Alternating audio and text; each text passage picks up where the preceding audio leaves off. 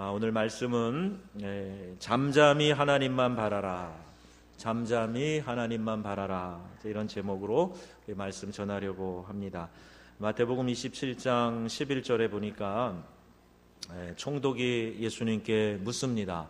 내가 유대인의 왕이냐 그랬어요. 그때 예수님이 내 말이 옳도다, 그렇게 대답하십니다. 예수님이 유대인의 왕일 뿐만이 아니라 만왕의 왕으로 우리 모든 인류의 구원자로 이 땅에 오셨지요. 이 총독의 이 물음은 의미 있는 물음입니다. 그는 그 지역을 총괄하는 책임자로서 지금 유대인들이 고소한 그 고소의 제목이 이가 자칭 왕이라고 합니다 하는 거예요. 그 당시에 지역에 분봉왕이 있었어요. 로마 정부에서 임명한 지역을 통솔하는 책임자가 있었는데 또 스스로 사람들이 왕이라고 한다라고 하는 죄목을 씌운 겁니다. 그래서 예수님이 십자가에 달리셨을 때 그 명패에 새겨진 죄목이 자칭 유대인의 왕이었어요. 그래서 예수님에게 이 질문을 하는 것은 그 혐의 사실을 확인하기 위해서 이렇게 묻고 있는 겁니다. 예수님은 이 대답을 피하지 않으셨고 그렇다라고 대답을 하셨습니다. 왜냐하면 유대인의 왕일 뿐만이 아니라 모든 인류의 왕, 만왕의 왕으로 이 땅에 오신 것이 분명하기 때문입니다. 12절에 대제사장들과 장로들에게 고발당하되 예수님은 그때 아무 대답도 아니하셨다 그랬습니다. 무수한 말로 대제사장들과 장로들이 예수의 죄목을 이야기합니다. 누가복음과 요한복음에도 이 동일한 기사가 나오는데 좀 더 자세하게 설명이 되어져 있습니다. 누가복음 23장에 보면은 무리가 다 일어나 예수를 빌라도에게 끌고 가서 고소하여 가로되 우리가 이 사람을 보매 우리 백성을 미혹하고 가이사에게 세 바치는 것을 금하며 자칭 왕 그리스도라 하더이다. 자, 여러분 이 고소하는 죄목을 한번 들어보세요. 전혀 근거 없는 얘기는 아닐 겁니다. 왜냐하면 이 바리새인들이 예수님을 시험해서 세금을 로마 정부에 바치는 게 옳습니까? 아니면 바치지 말아야 됩니까? 이렇게 올무를 놓기 위해서 질문한 일이 있습니다. 그때 예수님이 뭐라고 대답하셨죠? 가이사의 것은 가이사에게, 하나님의 것은 하나님에게 바치면 된다. 그렇게 대답을 하셨어요. 그러니까 이 사건이 전혀 없었던 건 아닌데 해석이 다릅니다. 이 사람들이 자기들 뜻대로 자기 마음대로 생각을 하고 해석을 하면서 가이사에게 세금 바치지 말라 그랬다. 이렇게 주석을 붙인 거예요. 그러니까 사람들은 그러면 지금 로마가 통치하는 이 사회에, 이 국가에 세를 바치지 말라고 했으니까 이거는 이 지배하는 정권에 대한 분명한 도전이다. 이건 분명히 큰 죄다. 자, 이렇게 고발하는 거죠.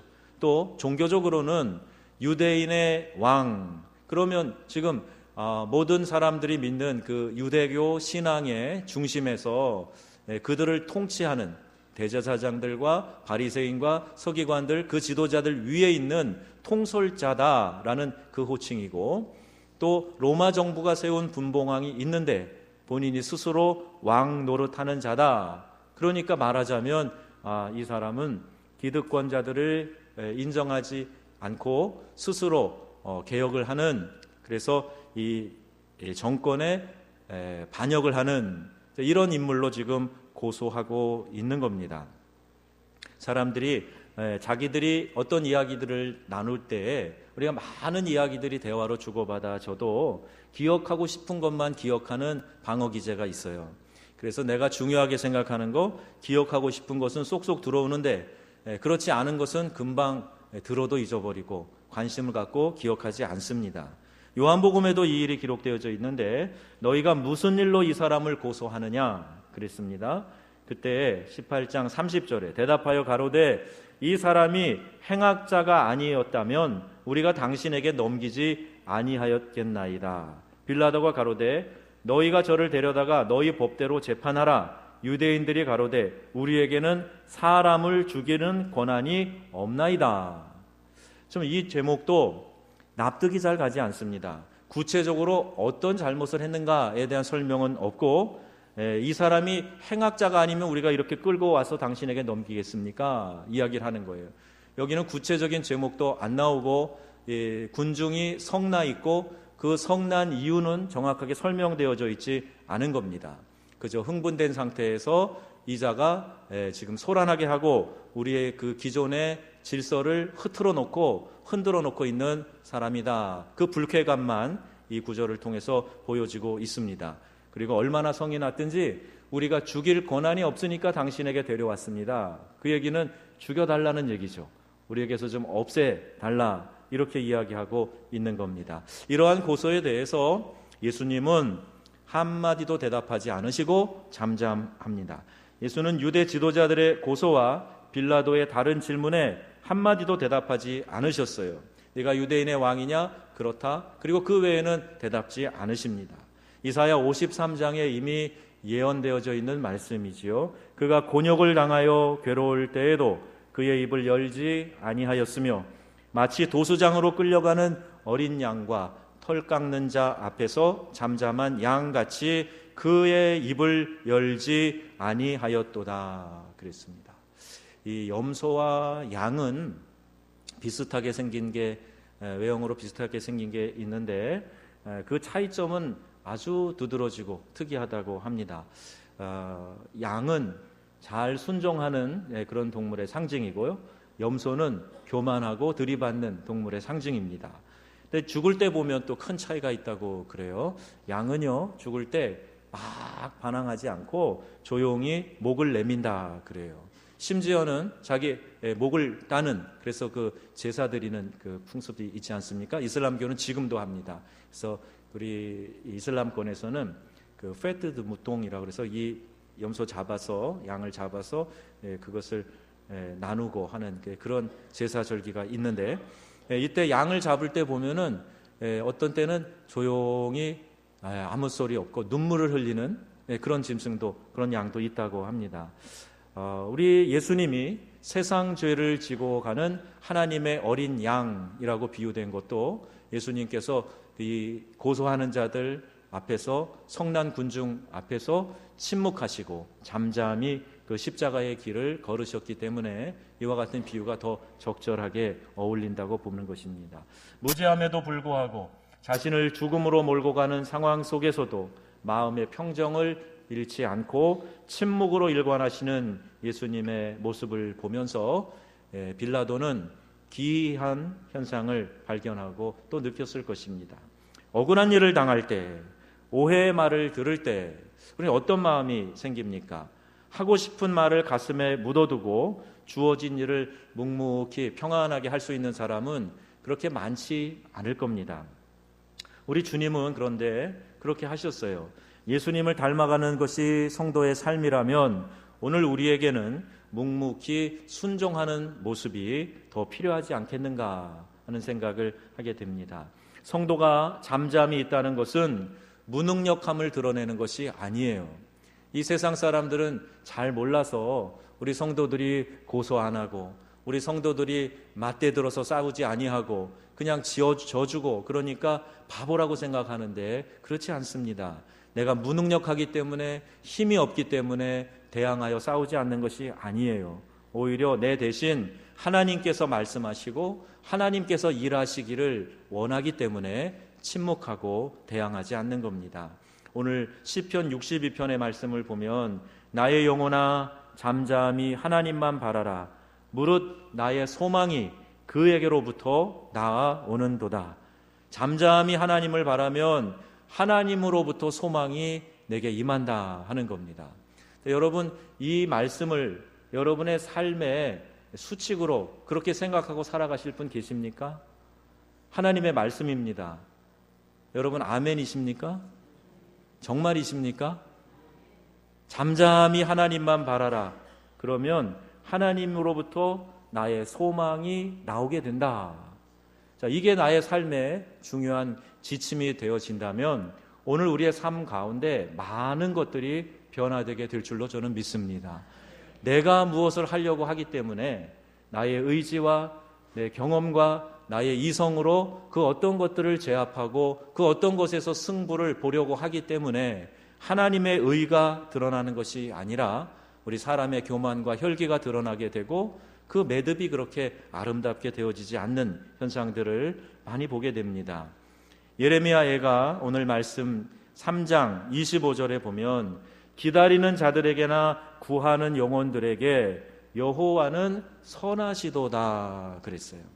우리 하나님 여호와가 선하신데 기다리는 자들 그리고 그의 임재를 구하는 영혼들 그들에게 하나님은 선하시다 그랬습니다. 우리 성도들은 거칠고 사나우면 안 됩니다. 사람이 여호와의 구원을 바라고 잠잠히 기다림이 좋도다 그랬어요.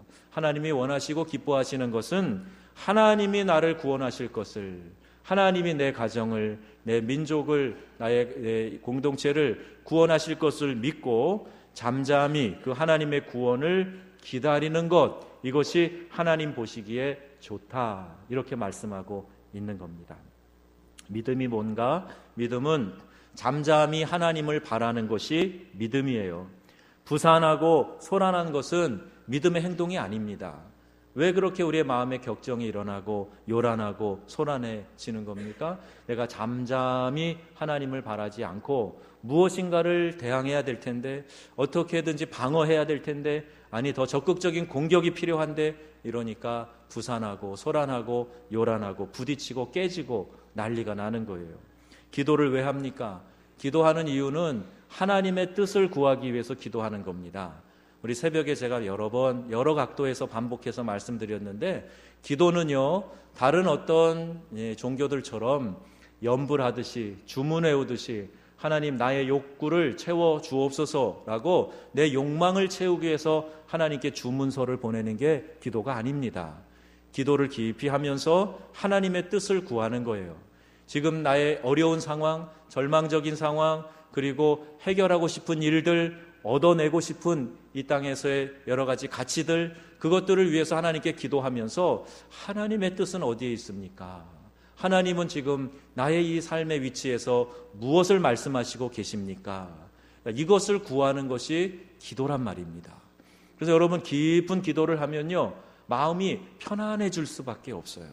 내 상황이 어떻게 되는가 상관없이 하나님이 내 마음에 평화를 주시고 하나님의 뜻을 알려주시고 그 뜻이 내 삶 속에서 실현되어지는 것이 발견되기 때문에 우리의 마음이 평안해지고 감사와 기쁨, 그런 회복이 일어나게 되는 겁니다. 그래서 여러분 우리의 기도가 이 경지로 나아갈 수 있기를 주님의 이름으로 축복합니다. 잠잠히 하나님의 도우심을 바라라.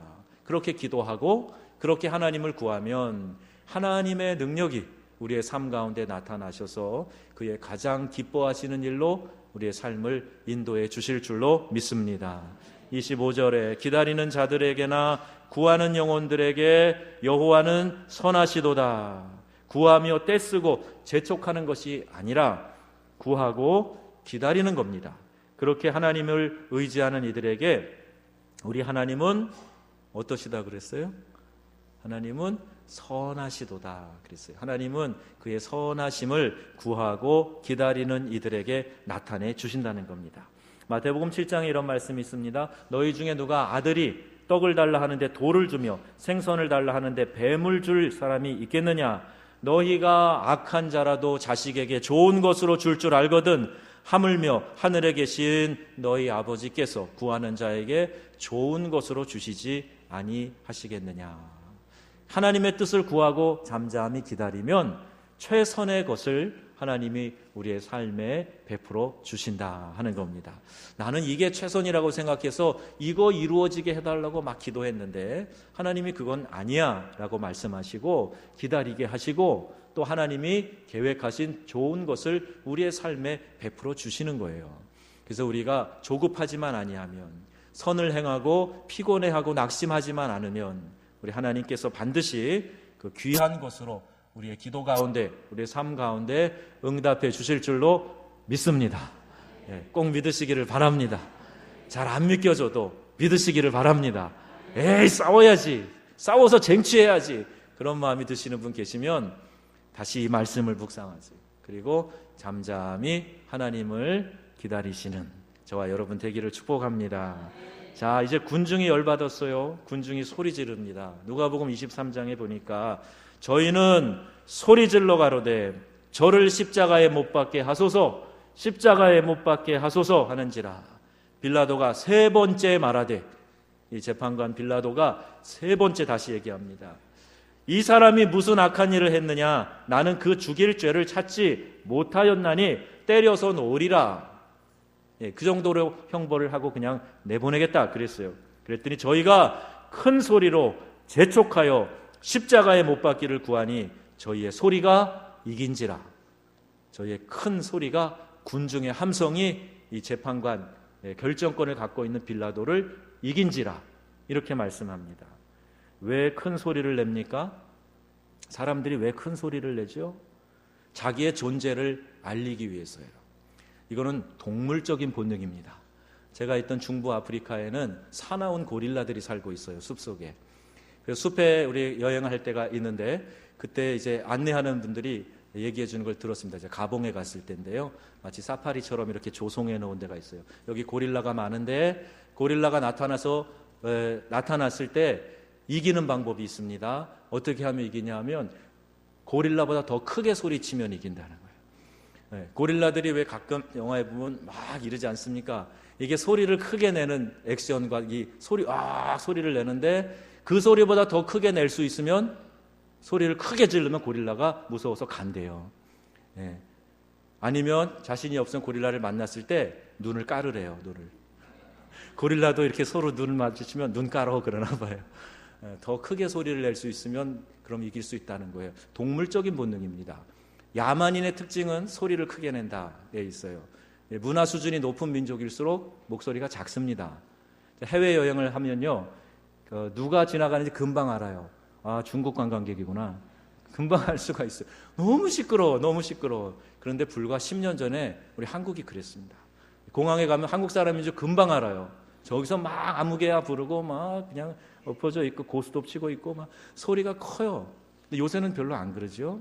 문화 수준이 올라가면 목소리를 조용하게 차분하게 이렇게 합니다. 전 프랑스에 있는 사람들이 큰 소리를 지르는 걸 듣질 못했어요. 그 사람들이 화도 많고 아주 뒤에서 이렇게 거는 것도 많고 교묘하고 아주 어떤 부분에서 교활하기까지 합니다. 그래서 프랑스가 지배했던 나라들 사람들이 막 속까지 다 빼먹어요. 그런데 큰 소리는 안 지르더라고요. 그게 자기들의 문화 수준이라고 생각하는 거예요. 우리나라에는 저질 속담이 있습니다. 목소리 큰 놈이 이긴다, 이 말이에요. 이거 아주 나쁜 말입니다. 이게 빨리 없어졌으면 좋겠습니다. 아프리카에 한 영리한 부족이 있어요. 바밀리케라는 부족인데 카메룬 의사의 80%가 이 부족에서 나왔습니다. 이 바밀리케 부족의 특징이 있는데 이 사람들이요, 공손한 게 특징이에요. 그래서 한국 사람들하고도 잘 맞습니다. 제가 한 형제랑 얘기하다가 목소리가 좀 이렇게 딱 커졌어요. 너무 이 이야기를 하다가 목소리가 이렇게 올라가니까 목소리 큰 사람, 목소리 지금 높인 사람이 진 겁니다. 우리 부족은 그런 말을 갖고 있어요. 그러기 소개해서 제가 알게 되었습니다. 아프리카의 한 지혜로운 부족도 목소리가 커지면 진다, 화를 먼저 내면 지는 거다, 자, 이런 이야기를 알고 있습니다.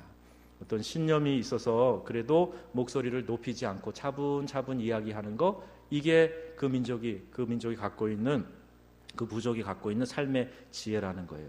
사소한 시비가 있어도, 접촉 사고가 나도 다짜고짜 소리를 지르고 소리를 높이는 이유는 사람을 더 크게 생각하는 이 빌라도 같은 인본주의자들이 우리가 사는 세상에 많기 때문에 그래요. 그래야 소리가 커야 기가 죽고 그 사람이 세구나, 그래서 아이고 기 죽어, 이렇게 되는 현상은 인본주의자들의 사고입니다. 존 낙스, 하나님을 신실하게 믿었던 하나님의 사람, 그는 이렇게 얘기합니다. 하나님만 한 분만 두려워하라. 그러면 이 세상엔 두려워할 그 어떤 것도 없다. 피의 메리, 블러드 메리라고 하는 영국 여왕이 그 강력한 사나운 통치력을 발휘할 때에 이 스코틀랜드는 함부로 하지 못했는데 그 이유가 존 낙스라는 기도하는 사람이 있기 때문이다라고 이 블러드 메리가 이야기를 했어요. 피의 여왕이었지요. 하나님을 경외하고 하나님을 두려워하고 존경함이 없기에 이 세상에 많은 것들에 대해서 두려워하면서 사는 겁니다. 그런데 진정 하나님 한 분만을 두려워하면 이 세상에 두려워할 것이 하나도 없어요. 하나님이 보장해 주시고 하나님이 인도해 주시기 때문입니다. 크게 소리를 내야만 소리를 지르는 것이 아니지요. 간디같이 무폭력 저항도 할 수 있습니다. 또 요새 촛불 시위와 같이 화를 폭력으로 쏟아내지 않아도 얼마든지 국민의 의사를 전달하고 있지 않습니까? 아무 목소리를 내지 않아도 태도로 또는 불평으로 심지어는 만족하지 못하고 있다는 어떤 제스처로 우리가 여러 가지 모양으로 소리를 낼 수가 있어요. 큰 소리를 내기도 합니다. 아침 말씀을 묵상하면서 힘들다, 외롭다, 복잡하다 이런 부정적인 단어들이 내 안에서 많이 발견되는 것을 보고 회개했습니다. 하나님의 뜻을 따르는 또 우리 주님과 같은 그런 순종이 없구나 하는 그런 마음을 발견하고 하나님께 회개한 거예요. 하나님의 뜻을 알았으면 잠잠히 하나님만 바라보고 주변의 소리에 미혹되지 않고 전진하는 것이 이것이 바로 성도의 삶입니다. 누가 뭐라고 해도 나는 그 길을 간다. 하나님이 나에게 맡겨주신 그 책임을 누가 뭐라고 해도 나는 묵묵히 감당한다. 다른 사람이 뭐라 그래도 에이 몰라서 그러지. 그리고 내 중심을 흐트러뜨리지 않고 전진한다. 이것이 성도의 귀한 삶인 줄로 믿으시기 바랍니다. 누가 뭐라 그랬어? 누가 뭐라 그랬다고? 그게 누구야? 나와봐. 한번 밝혀보자. 이러다 보면요 상처만 깊어져요. 그래도 무슨 얘기가 있어도 내가 아니면 아닌 것이요. 그래서 하나님 앞에서 하나님이 내 마음 아시지요, 아시지요, 아시지요. 우리의 기도에 이런 기도가 자꾸 나오게 되는 하나님 아시지요, 아시지요. 자, 빌라도는 이제 잘못된 판결을 합니다. 자신의 일을 정하는 것은 결정이라 그래요. 또 다른 사람이나 공동체에 영향을 끼치는 것을 정하는 일은 판결이라고 합니다. 근데 판결하는 사람은 결정 권한을 가진 사람이에요. 판사나 위정자들이나 책임자, 리더들이 바로 그러한 사람들입니다. 이들은 공정해야 됩니다. 자신의 사리사욕에 따라 결정해서는 안 됩니다. 그런데 빌라도는 지금 잘못된 판결을 하고 있어요. 그 첫째는 사랑하는 사람의 뜻을 저버립니다. 빌라도는 그의 아내가 예수에게 아무 피해도 미치지 않게 하라고 그렇게 충고를 합니다. 자고로 우리 남성들은요, 여성의 좋은 충고를 들으면서 살도록 그렇게 지어졌습니다. 좀 과격합니까? 어렸을 때는 어머니의 잔소리를 잘 들어야 됩니다. 어머니, 여성이죠? 어머니의 잔소리가 오늘도 나를 키웁니다. 이건 명언 중에 명언입니다. 어머니의 잔소리를 잘 들으면서 성장해야 그래야 모나지 않고 그렇게 원만한 아이로 자랄 수 있게 되는 거죠. 그리고 나서 이제 최고의 야당, 나의 최고의 야당 당수, 총수가 바로 아내입니다. 아내. 저만 그런가요? 최고의 야당 총수가 아내입니다. 아내의 쓴소리, 아내의 쓴소리 충고를 잘 들어야 됩니다. 거기에 명약이 있어요. 남성들이 느끼지 못하고 보지 못하는 것들에 대해서 하나님은 그 돕는 배우자, 아내에게 특별한 통찰력을 주셨어요. 그래서 그 이야기를 잘 들으면 복이 옵니다. 또 요새 많이 들어야 될 여성의 음성이 있죠. 내비 여사. 내비 여사의 목소리를 잘 들어야 길 잃어버리지 않고 목적지까지 잘 갈 수가 있어요. 이 빌라도의 아내가 이야기를 합니다. 마태복음 27장 19절에 보면 총독이 재판석에 앉아 있을 때에 그의 아내가 사람을 보내서 이르되 저 옳은 사람에게 아무 상관하지 마옵소서. 오늘 꿈에 내가 그 사람으로 인하여 애를 많이 태웠나이다 하더라. 이 빌라도의 아내가 크리스찬인지 아닌지는 모르겠습니다.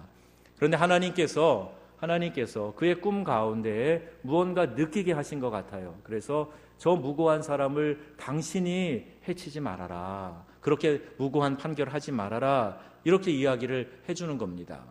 이 이야기를 잘 들었어야 하는데 오늘날까지 우리가 사도신경을 암송할 때 본디오 빌라도에게 고난받았다 이렇게 하잖아요. 책임을 가진 사람이 이 책임을 다하지 않은 거예요. 빌라도는 범사의 아내 말을 잘 들어야 형통한다라는 이 진리를 그때 몰랐습니다. 그래서 아내가 한 얘기를 귀담아 듣지 않은 거죠. 자, 또 하나는 자기의 내면의 소리에 귀를 기울이지 않았어요. 누가복음 23장의 기사에 대해 이렇게 설명합니다. 너희의 고소하는 일에 대하여 이 사람에게서 죄를 찾지 못하였고 헤롯이 또한 그렇게 하여 저를 우리에게 도로 보내었도다. 보라, 저의 행한 것이 죽일 일이 없느니라. 그러므로 때려서 놓겠노라. 분명히 이렇게 판단을 했습니다. 자기의 내면의 소리, 또 객관적인 판단에 의하여서도 예수에게서는 죽일 죄를 찾지 못했던 겁니다. 그런데 그가 들었던 것은 세 번째로 군중의 큰 소리였어요. 명절에 총독이 무리의 청원대로 이렇게 석방시켜주는 일이 있습니다. 그때 한 명을 놓아주는 전례가 있었는데 빌라도는 예수를 풀어줄 마음이 있었던 거예요. 그래서 내가 누구를 너희에게 놓아주기를 원하느냐라고 군중에게 묻습니다. 그때에 흉악범이고 살인자인 바라바를 놓아줘라, 이렇게 얘기를 군중이 외치는 거예요. 이 바라바를 놓아주랴, 그리스도라 하는 예수를 놓아주랴 라고 물을 때에 이 성난 군중은 일제히 이 살인자 흉악범 바라바를 놓아줘라 라고 외칩니다. 그 둘을 흥정하면 예수를 풀어줄 수 있을지 모르겠다라고 생각했는지도 모릅니다. 그런데 여러분, 흥분한 유대 군중은 바라바를 선택하고 예수를 십자가에 처형하라고 외칩니다. 우리는 굉장히 이성적인 존재라고 스스로 생각합니다. 내 판단이 옳고 정확하고 큰 문제 없다라고 생각을 합니다. 그런데 우리가 조금만 흥분되어져 있으면 금방 이성의 옳은 판단을 잃어버리는 것을 쉽게 찾아볼 수가 있어요. 지난번에 한번 아프리카의 성난 군중에 대해서 말씀드렸지요. 도둑이 발견되면 몽둥이로 때려서 막 퉁퉁 터져가지고 쓰러져 있는 시체를 보게 되고 과격해가지고 막 불을 지르는 그런 모습, 그게 그 심성에서 어떻게 나올까 싶은데 이 군중 심리가 작동을 하고 그 안에 죄악된 속성이 작동을 하니까 이런 흉악한 일들이 일어나는 겁니다. 우리 사람이 다 옳다고 내 생각이 바르다고 생각하는 것은 성경적이지 않은 생각입니다. 우리는 다 기본적으로 죄인이고 악한 본성을 가지고 있어요. 하나님의 뜻을 따라서 그 말씀이 인도해 주는 대로 순종하지 않으면 우리 안에서 있는 이 악한 본성이 발동을 걸기 시작합니다. 더군다나 우리의 심령 가운데에서 감사와 기쁨이 있으면 대적을 잘 막아낼 수가 있습니다. 감사라는 방패와 기쁨이라는 방패가 있으면 대적이 함부로 쳐들어오지 못해요. 그런데 불평, 원망, 짜증, 다툼, 분열 이런 것들이 있으면 그 경로를 통해서 대적이 들어오는데 마치 문 빗장을 열어 제치고 대적이 들어오도록 길을 터주는 것과 같다 그랬습니다. 이것이 영적 전쟁의 원리예요. 여러분, 사단이 내 마음으로 들어와서 마음대로 휘저어 놓기를 원하시면 불평 원망하세요. 그러면 사단이 기쁨으로 깃발을 흔들면서 들어가서 여러분 마음을 다 뒤집어 놓을 겁니다. 그러면 어떻게 해야 되는가? 감사로 물리치시기 바랍니다. 기뻐하시고 감사하시고 만족하시고 하나님의 뜻을 구하고 잠잠히 하나님 앞에 엎드려 기다리면, 그러면 견고하게 성문을 붙들고 있는 거예요. 사단이 함부로 뚫고 들어오지 못합니다. 그리고 하나님의 능력, 말씀의 검을 들고 그 사단의 시험을 이겨내시는 거예요. 그러면요 36개 주랭랑을 치고 말 겁니다. 더 이상 우리는 시험을 받아들이는 사람이, 나약한 사람이 되어서는 안 됩니다. 시험이 찾아올 때마다 믿음으로 이겨낼 수 있도록 우리 안에 있는 모든 불평과 짜증, 원망, 당짓는 거, 분열 이런 것들을 다 던져버리고 감사의 마음으로 돌이키시고 기쁨과 순종의 마음으로 여러분 마음을 기경하셔서 그 모든 시험을 막아내고 넉넉히 이겨내시기를 주님의 이름으로 축복합니다. 마태복음 27장에 마지막 말씀합니다. 빌라도가 아무 성과도 없이 도리어 밀란이 나려는 것을 보고 물을 가져다가 무리 앞에서 손을 씻으며 이르되 이 사람의 피에 대하여 나는 무죄하니 너희가 당하라 그랬어요. 이런 풍습이 있습니다. 손을 씻으면서 나는 죄 없다 털어버리는 거예요. 결정할 책임이 있는 사람이 책임을 다른 사람에게 미루고 나는 무죄하다라는 것은 있을 수 없는 일입니다. 하나님보다 사람을 더 두려워해서도 안 됩니다. 성경은 우리에게 분명히 이 말씀을 하고 계세요. 여호와를 경외하라. 하나님을 두려워하며 높이는 사람은 그 모든 삶의 지혜를 얻은 사람이에요. 그리고 하나님이 보장하는 인생을 사는 사람입니다. 이 대림절에 우리 말수를 줄이고 예수님처럼 잠잠히 침묵하며 순종하는 마음을 가지시기를 주의 이름으로 부탁합니다. 하나님보다 사람을, 이 세상을 더 크게 생각하지 마시기를 바랍니다. 믿음은 잠잠히 하나님만 바라보는 거예요. 하나님을 경외함으로 묵묵히 순종하는 저와 여러분이 다 되시기를 주 예수님의 이름으로 축원합니다. 아멘.